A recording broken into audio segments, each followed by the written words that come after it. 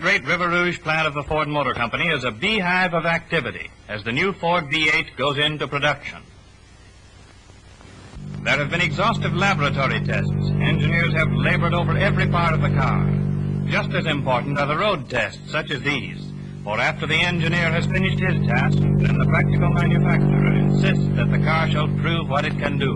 And there isn't a doubt that this car can do everything that the most optimistic can claim for it.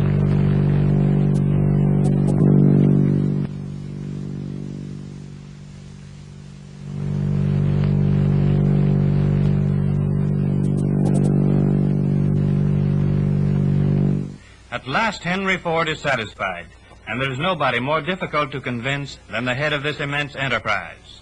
He stamps car number 1 when he finds it good.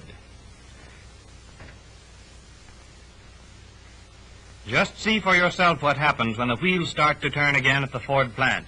Their faith renewed in the future of America, an army of happy men goes to work to create this 8-cylinder motor car.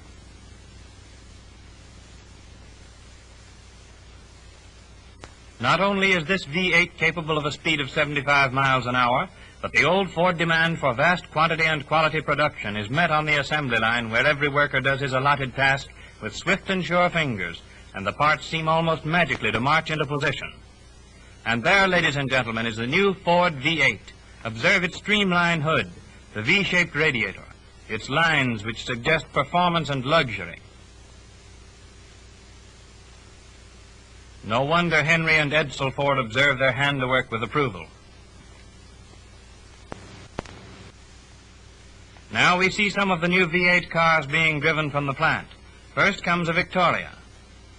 Here is a convertible cabriolet.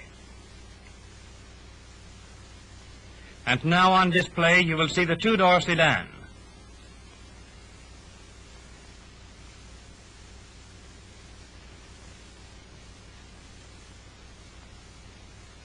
Next, the deluxe four-door sedan.